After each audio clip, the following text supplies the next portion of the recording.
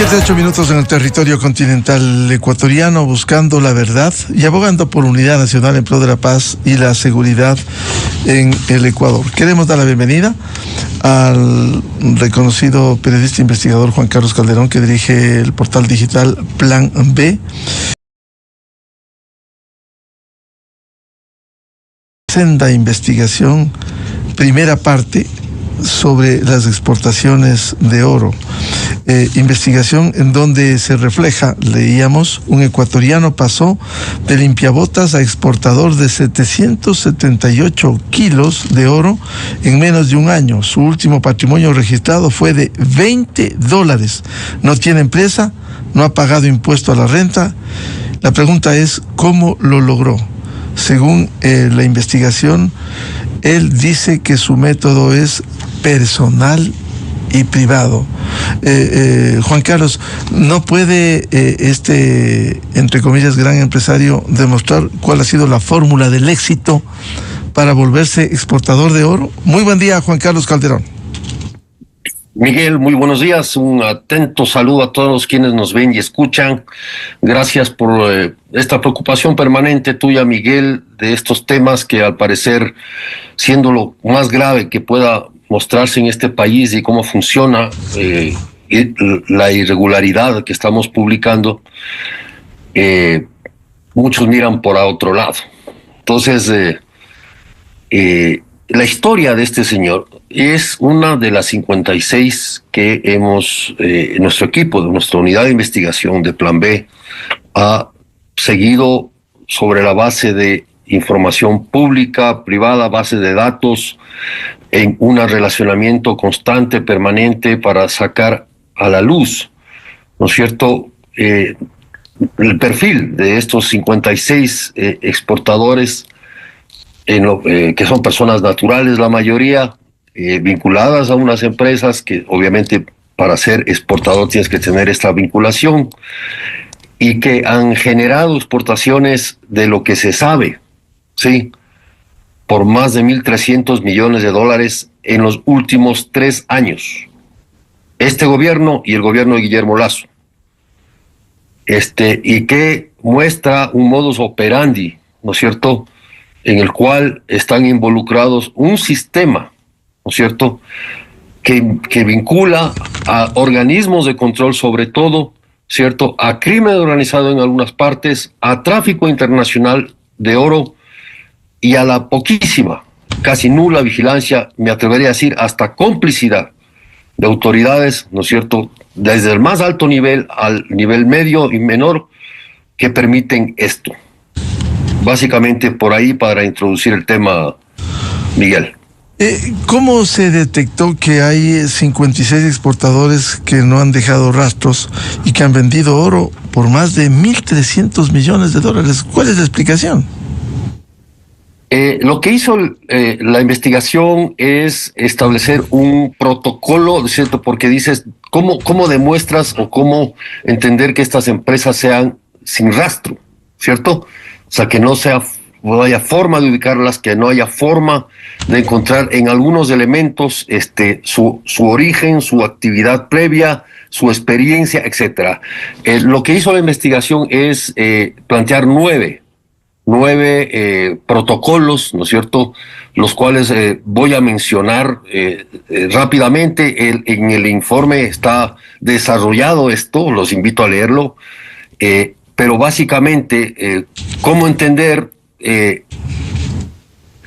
uno, si es ubicable o no por dirección, correo, teléfono? Lo cual no ha sido posible. Hemos hecho todas las contrastaciones posibles nacional e internacionalmente, porque esto es también una alianza internacional, ya lo mencionaré. Si se encuentra en una provincia con el mayor número de empresas no localizadas por el SRI, y eso es importante. Hemos consultado, también hemos hecho contrastación en organismos de inteligencia vinculados al SRI, y efectivamente han admitido que no son localizables, ¿sí? Y sin embargo exportan, ¿no? Si sus exportaciones van a Emiratos Árabes o la India, países con controles laxos para identificar el origen del oro que importan. El gran volumen de estas exportaciones, que son algunas toneladas, van a la India, ¿cierto? Eso ya en un reportaje anterior lo mencionamos, incluso determinamos quiénes eran los principales clientes de este grupo, ¿no es cierto?, de empresas o personas. Si sus exportaciones son millonarias en poco tiempo. Es decir, aquí es interesante, hay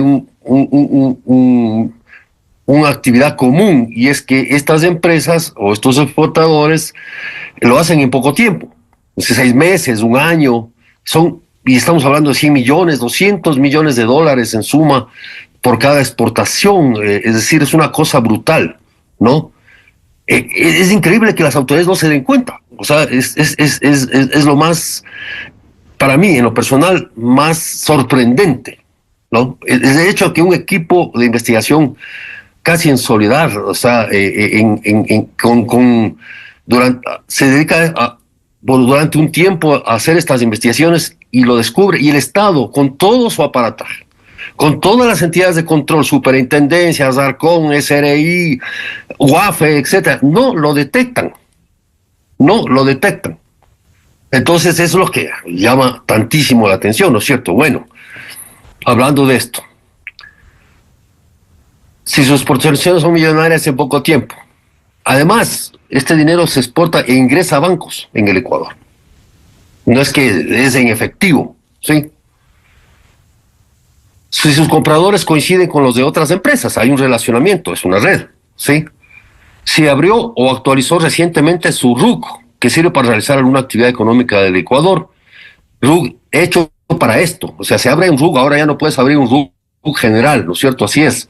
Estas son reformas que ya tienen varios años, entonces tienes que abrir un RUC o hacer una SAS específicamente para lo que es, y abres los RUCs y las SAS para exportar oro o comercializar oro. Ojo, que no es ilegal comercializar oro, ni exportar oro, ni ser mediador, digamos, o empresa intermediaria en esto, no es ilegal. Pero está claro que las autoridades de control tenían que haber detectado la enorme cantidad de empresas que están dedicadas a esto, ¿sí? Porque claramente estos registros están en la superintendencia de bancos, estos registros están en el SRI, etcétera, etcétera. Pero ahí están, ¿no es cierto? Si su RUC fue suspendido también, es decir, se hace la operación y se suspende el RUC, o se suspende las SAS, o se le vende a otra persona, a veces peruanos, ¿sí?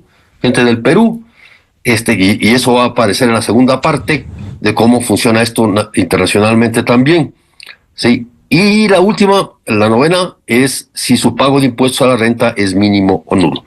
Todo esto, Miguel, de todos esos 9, ¿no es cierto?, aspectos que se miraron para determinar sospechas sobre estas empresas o personas, fue una elaboración propia del Plan B, del equipo de investigación del Plan B, porque a través de toda la información que se obtuvo y se relacionó de las exportaciones de oro en el Ecuador en los últimos años, en los últimos meses, se detectó precisamente estas características comunes. En el informe, en la investigación publicada en Plan B, está desarrollada cada una de ellas, está explicada y puestas las evidencias de todo esto, por lo cual, claro, es importante que las personas interesadas lo puedan leer. Juan Carlos, uno de los exportadores, como cita la investigación, Fabricio Alexander G.M., este exportador que ha sido muy exitoso, entre comillas, en las exportaciones de oro, pero declara 0 de impuesto a la renta. ¿Cómo entender? Bueno, eso es lo que les preguntamos también a fuentes del SRI. Algunas han apoyado este proceso, ellos han señalado, incluso entiendo, han declarado la intervención en algunos casos, han hecho la búsqueda pertinente de estos personajes o empresas, en muchos casos no los han encontrado.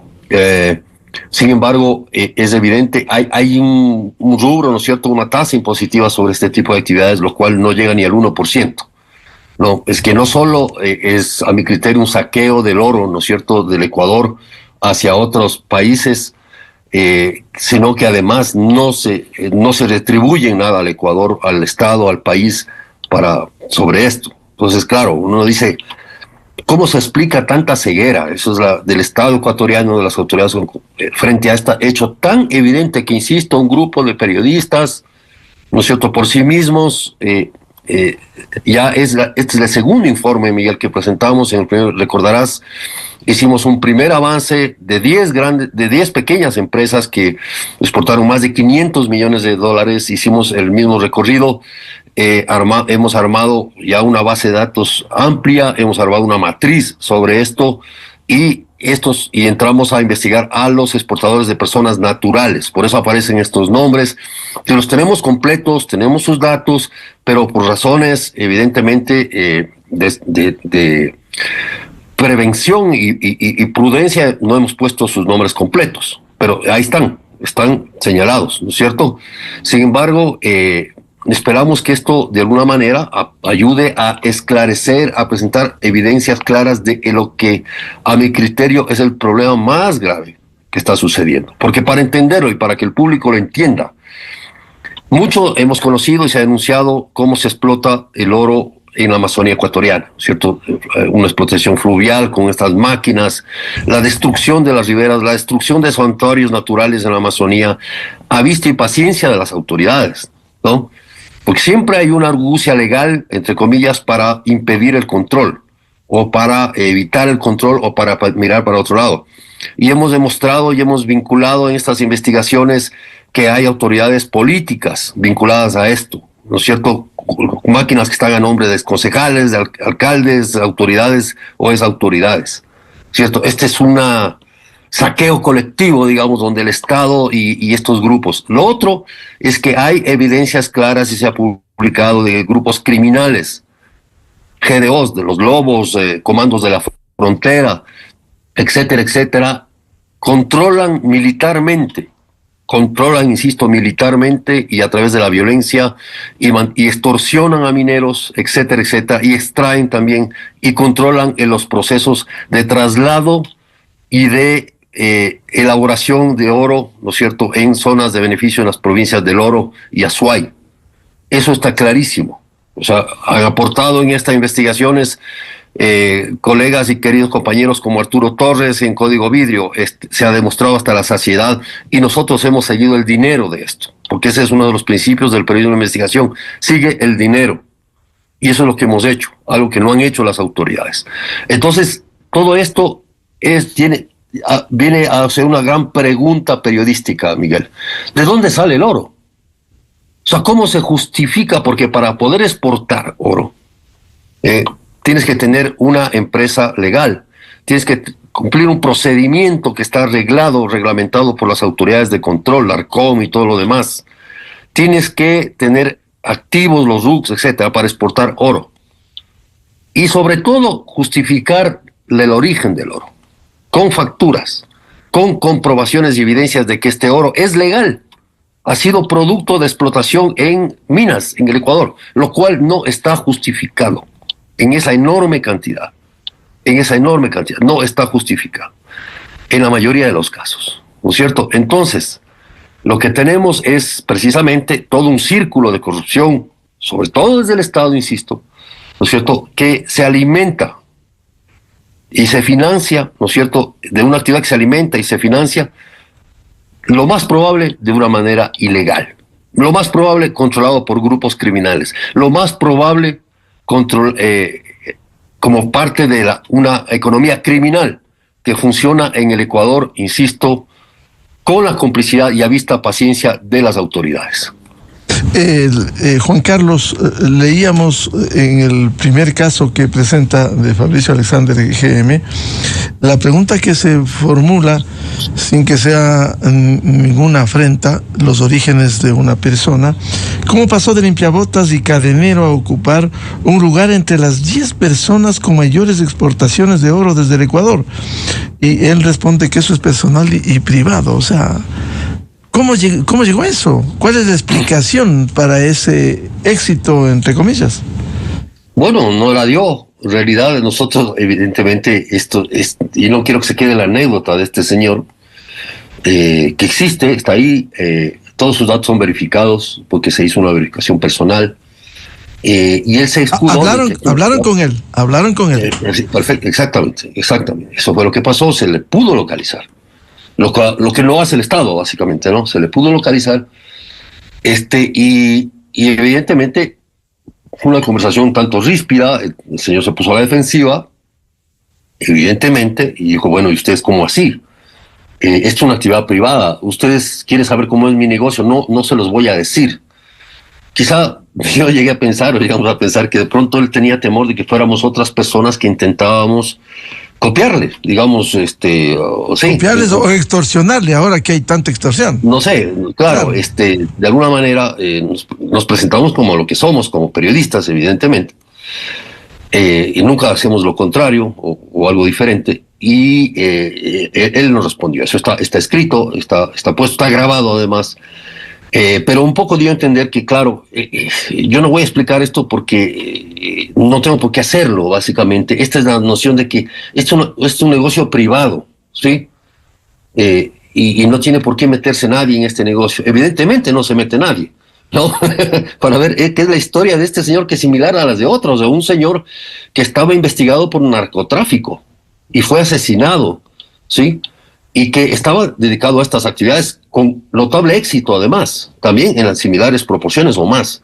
Y otros varios, ¿no es cierto?, que van apareciendo y que van mostrando todo un grupo de personas que se dedican a esta actividad, pero que de alguna manera muestran un enorme vacío y deficiencia en el control, sobre todo, insisto, en el tema del origen del oro. Nosotros en una investigación anterior, Miguel, que ya lo hicimos hace unos meses, en colaboración con Convoca Perú, otros medios importantísimos de Colombia, Venezuela, Perú y Brasil, Ecuador incluido, Plan B con Ecuador, demostramos que este era un negocio internacional, ¿no es cierto?, que saquea prácticamente a nuestra América Latina, a nuestros países. Ecuador es uno de los países que más facilidades brinda para esta exportación de oro ilegal, sí venido de otros países.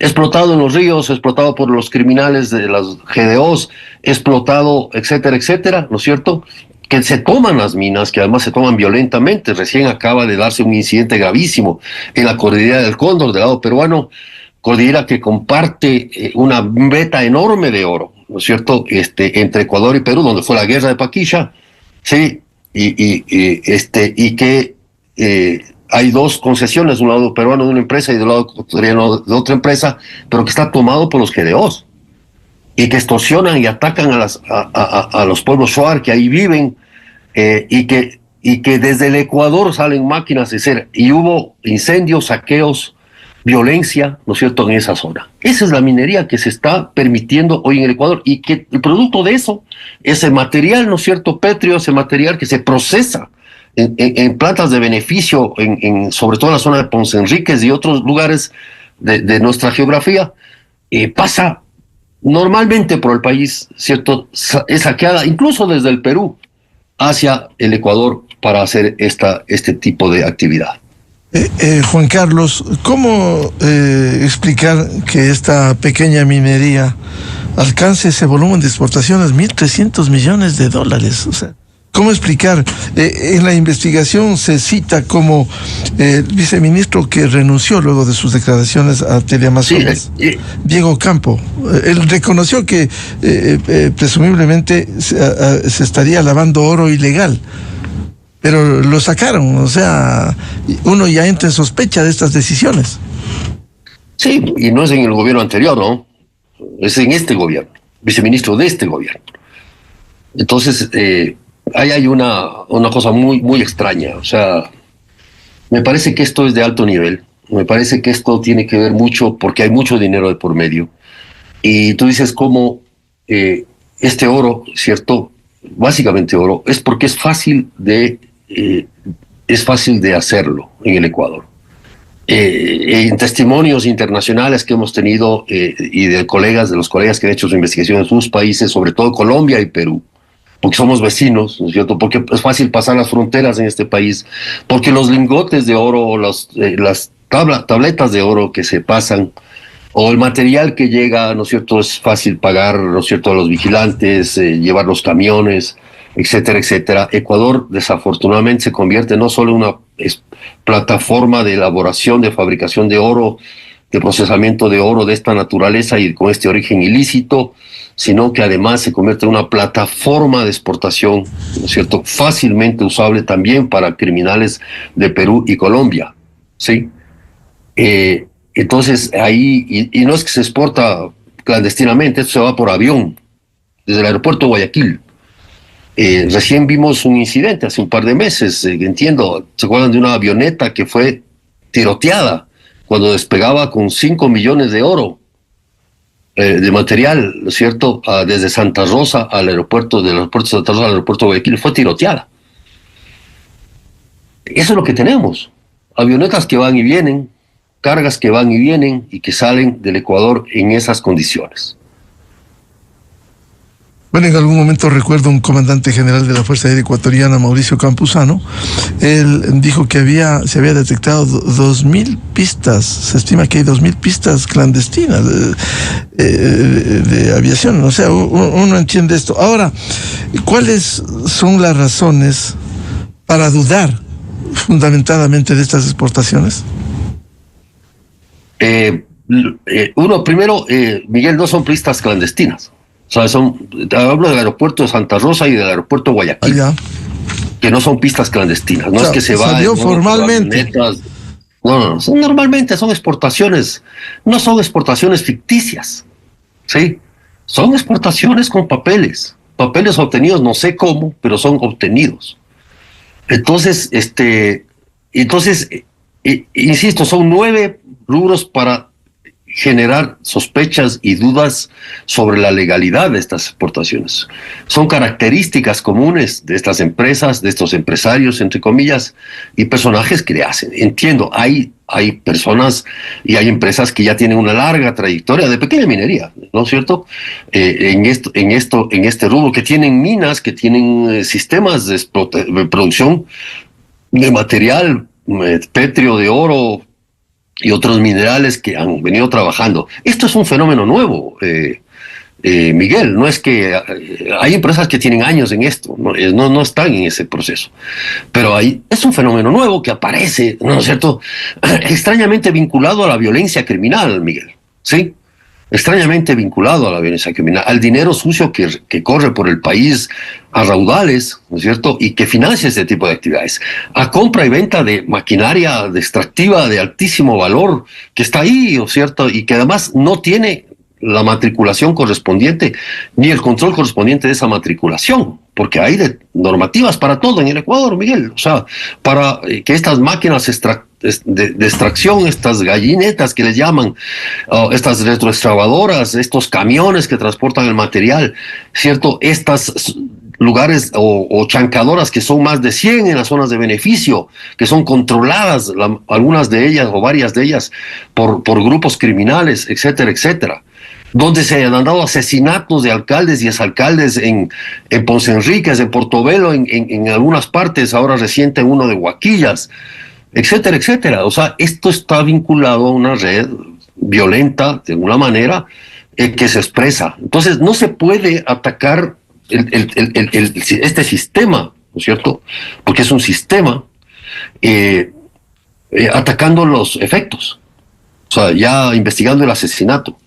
Se tiene que atacar el origen, y que básicamente tiene que ver con el origen del oro, y entidades de control poderosas que deberían funcionar, como la Agencia de Regulación y Control Minero del Ecuador, o el Viceministerio de Minas, que no sabemos quién es, ¿no es cierto?, y no sabemos qué ha dicho sobre este tipo de temas. Y el bloque de seguridad, o sea, que está claro que aplica las decisiones del Consejo de Seguridad Nacional del Ecuador, del Consejo de Seguridad del Estado, es cierto, que determinó a la minería ilegal como una amenaza para el Estado ecuatoriano, y que se quedó ahí. Sí, y que, digamos, está muy bien los informes que presenta el comandante de la policía, la ministra del Interior, el ministro de Defensa, el comandante de las Fuerzas Armadas, sobre cuántos 100 fusiles han cogido, cuántos gramos han tomado, etcétera. Está bien. ¿Cuánto de oro ilegal han capturado? No hay un solo dato, Miguel, sobre esto. No hay, de parte del bloque. Y quisiera que lo escuchen y que lo digan. en la próxima rueda de prensa qué han hecho al respecto, porque esto está vinculado al sistema criminal que nos gobierna, ¿sí? En esta economía paralela criminal. Eso está vinculado, está relacionado. Una cosa está relacionada con la otra.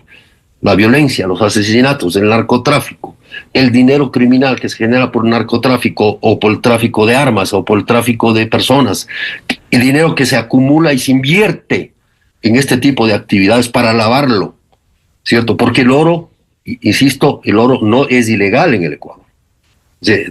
La cocaína sí, pero tomemos en cuenta que más o menos aproximadamente, depende del mercado, entre comillas, 1 gramo de coca colocado para exportación, pues, entre comillas también, en puertos ecuatorianos al exterior cuesta $30. 1 gramo de oro cuesta $90, 3 veces más. Entonces rinde, pero además de que rinde, uno puede en este país conseguir los papeles fácilmente para volver legal lo ilegal. Y eso es lo que está sucediendo.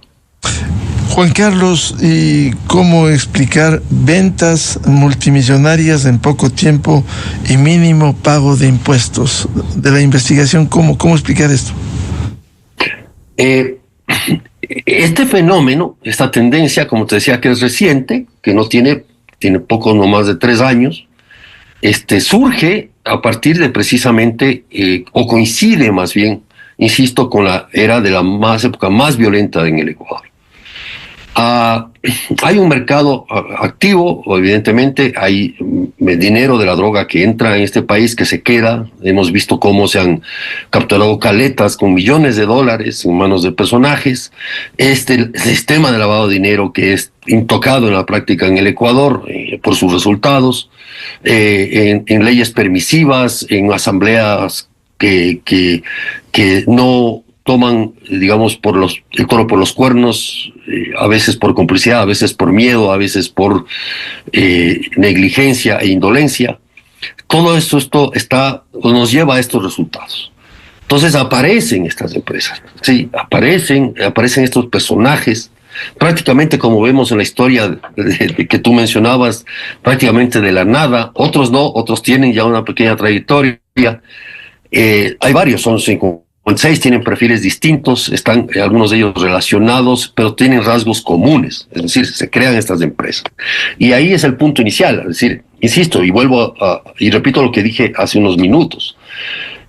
Si yo soy autoridad de control, digamos superintendencia de compañías, y tengo detectado que un sector de riesgo, de lavado, de riesgo de estar vinculado a actividades criminales, es la minería, pequeña minería, mediana minería, y empiezan a aparecer un montón de empresas vinculadas, ¿no es cierto?, a esta actividad, y además vinculadas y después desvinculadas de esta actividad. 2 más 2 son 4. Tengo que ponerle el ojo, pues por Dios, pero no, esto sucede. Ahí pasa, nadie toma en cuenta. Las entidades, el problema central, y entonces, ¿cómo se explica todo esto? Es que las entidades de control trabajan unas a espaldas de otras. No se ponen de acuerdo. La ley les da todas las atribuciones, pero resulta que ahora las instituciones de control se han dado al deporte de hacer convenios entre ellas. Perdón. Convenios entre ellas para cumplir lo que les manda la ley, pero no la cumplen porque tienen que hacer convenios entre el SRI y la UAFE, entre la UAFE y la ARCOM. ¿Quién ha dicho que para hacer su trabajo tienen que firmar convenios? Sí, simplemente hagan lo que les dice la ley, hagan el control. Y ese es el punto. Estas actividades florecen de esta manera porque no hay control, simplemente. No hay que darse la vuelta ni ser ciegos, porque estos controles o son mínimos o no existen, o hay personas vinculadas. Nosotros hemos detectado, y lo vamos a contar en la segunda parte, cómo a partir de las contrastaciones que hemos hecho, porque hemos preguntado, o hemos mandado correos, hemos hecho llamadas telefónicas a las empresas, etcétera, a los socios de estas empresas, empiezan a desaparecer sus datos en entidades de control que no tienen acceso, que no deberían tener acceso, pero empiezan a manipular los sistemas, ¿no es cierto?, de control. Fíjense el alcance. Fíjense, Miguel, el alcance. Esto es oro podrido, o sea, es oro sucio. no solo porque de alguna manera tiene que ver con el material con el dinero que sale, que surge, que genera rentas enormes, sino además de cómo el Estado ecuatoriano, y ojalá, Miguel, se le pregunte a algún candidato a la presidencia de la República y que no se venga con generalidades, o algún candidato asambleísta o candidata, etcétera, sobre estos temas, porque no los van a contestar. Tienen idea, hemos hecho solicitudes de información a través de diputados, legisladores, han obtenido resultados y respuestas y no las han develado, se las guardan, Miguel. Tengo los nombres de estos diputados. Lo hemos hecho, pero ahí está, es esto. ¿Se puede conocer los nombres? ¿Se puede conocer los nombres? Lo vamos a hacer en su momento, ya. O sea, ya en una parte. ¿A quienes hemos pedido? ¿A quienes y los resultados? Porque evidentemente las respuestas han sido dadas, y queríamos ver quiénes han otorgado los certificados de exportación. ¿Qué funcionarios han otorgado los certificados de exportación? ¿Cómo es este sistema de otorgamiento de certificados de exportación? ¿Por qué? Porque, de hecho, cuando una carga de oro, 1 kilo de oro es exportado con certificados de exportación legalizados, entre comillas, el comprador, evidentemente, el comprador del oro, de eso se coge, ¿no es cierto? Dice, no, pues el Estado ecuatoriano, qué vergüenza, el Estado ecuatoriano está avalando este oro. Eso es lo que pasa en el exterior, en la India y en Emiratos Árabes, insisto, porque las cargas se van para allá. Claro. ¿Y por qué? A ver, no sé, entiendo, una embajada en la India. Se haría preguntarle, si ha preguntado siquiera, cómo llega el oro ecuatoriano están puestos, en los reportajes anteriores están puestos las direcciones y los nombres de las empresas que importan ese oro en la India. Me parece que es normal hacerlo. Juan Carlos, ¿y por qué precisamente destinos únicos? Los 56 exportadores, como refleja la investigación, solo vendieron oro a la India y Emiratos Árabes Unidos. Quizás no hay controles rígidos allá sobre el origen del oro. Lo que afirmamos, son países que tienen controles laxos, ¿no es cierto? Son acumuladores de oro, no solo de Ecuador. No solo este oro se va por el Ecuador, evidentemente, se va por otros países. Brasil es el más exportador de oro de esta naturaleza más grande del mundo. Los ríos brasileños están, ¿no es cierto?, destrozados también en estas mismas circunstancias que vivimos en nuestro pequeño pedazo de Amazonía, y otros sistemas que se aplican desde el Perú, desde Colombia. Venezuela es es uno de los países, evidentemente, ahí ni siquiera hablemos de control, ahí están las autoridades absolutamente implicadas. Pero hay países que son acumuladores de oro por diversas razones, culturales, estéticas, estratégicas, industriales, ¿cierto? El oro es el más cotizado metal del mundo para otro tipo de actividades. Entonces, ya lo ha dicho la OEA, las Naciones Unidas, con las organizaciones pertinentes vinculadas a economía criminal, la relación que existe entre la economía criminal y la producción y exportación de oro de esta manera. Entonces, el Ecuador es parte de esto, de este sistema.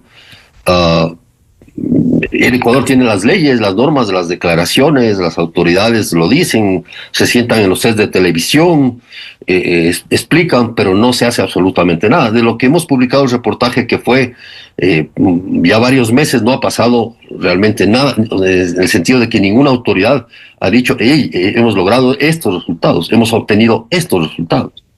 No, pero ahí están escritos, están publicados con las bases de datos, tenemos todas las evidencias documentales de lo que estamos publicando, pero bueno, ojalá pueda ser un aporte, ¿no es cierto?, una luz para que esto se pueda investigar.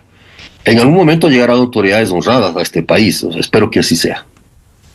Juan Carlos, ¿y cómo explicar estas exportaciones de la pequeña minería que han experimentado un aumento importante, que van de la mano del incremento sostenido del precio de este metal en los últimos años, como relata este informe? ¿Cómo explicar ese crecimiento de esta pequeña minería?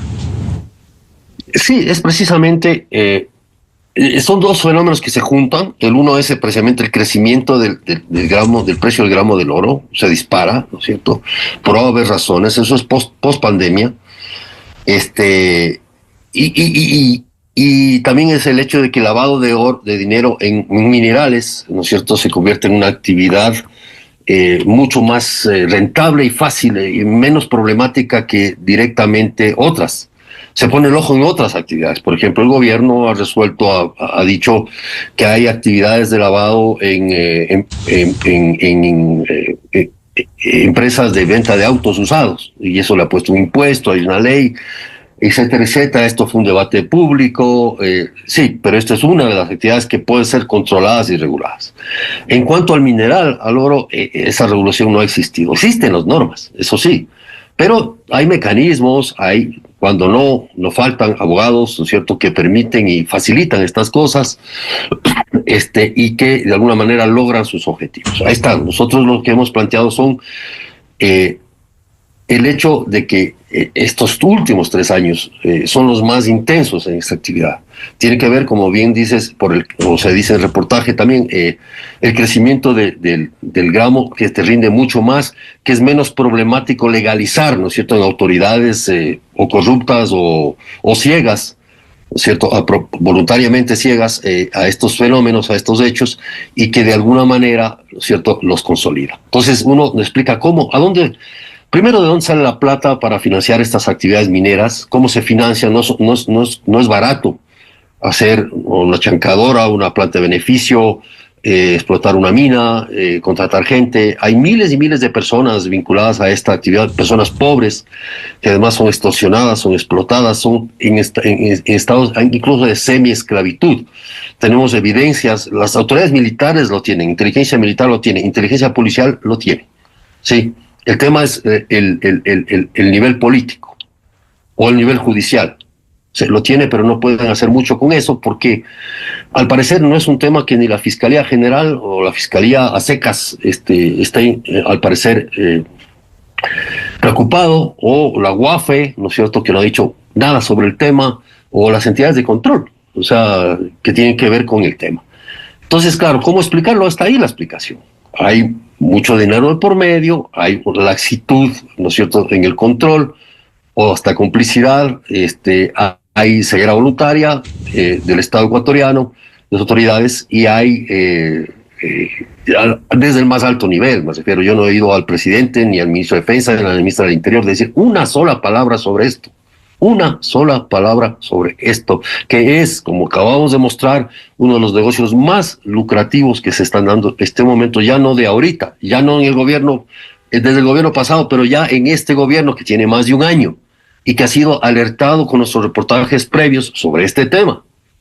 Entonces, claro, y lamento también que otros colegas medios de comunicación tampoco, o sea, no tomen en cuenta el tema, porque no sé qué esperan, ¿no es cierto?, para hacerlo, pero bueno, también son situaciones que esconden el verdadero problema. Juan Carlos, nos describían cómo acceder al informe, cómo leer este informe de lo que relatas. Entra a Plan B, ahí está puesto, www.planb.com.es. Sí, es simplemente entrar a nuestro portal, ahí está en portada. Y están todos los reportajes anteriores. Muy ilustrativos, hicimos un programa precisamente sobre eso y seguiremos hablando para visibilizar un problema serio que tiene el Ecuador. Se combate el efecto y no se va a las causas de lo que está ocurriendo, causas en medio de las irregularidades. Muchas gracias a Juan Carlos Calderón del portal de investigación Plan B por ilustrarnos en un tema que debiera ver la gente de lo que sucede en el Ecuador en el tema de la explotación minera. Juan Carlos, un abrazo. Muchas gracias, Miguel. Buen día. Muy buen día. 7:47 en el territorio continental ecuatoriano. Vamos a una pausa y ya volvemos. Tenemos previsto analizar la noticia que fuera del día de ayer y que está vigente porque las secuelas son terribles. ¿Cómo cambió el control en el Consejo de Participación Ciudadana? La Liga Azul se tomó el consejo y ahora a sufrir las consecuencias de cómo se desbaratan las acciones para volver a construir desde una ambición política. Dos invitados, el doctor Patricio Gijón, ex legislador, y el doctor Juan Esteban Guarderas, ex consejero del Consejo de Participación Ciudadana, quien fue censurado y destituido en la Asamblea Nacional con 70 votos, en donde contribuyó el movimiento Construye para su destitución. Ahí está el resultado de lo que está viviendo el Consejo de Participación. Desde 1984 con Gonzalo Rosero, la revista de opinión Democracia. Siempre líderes, siempre confiables. Enseguida regresa Miguel Rivadeneira a la búsqueda de la verdad. Inicio de espacio promocional y publicitario. Ciudadanos, les pedimos disculpas por las molestias ocasionadas por los trabajos que estamos realizando en las vías de acceso tramo 4 y 5 del Quinto Puente. Estas labores son necesarias para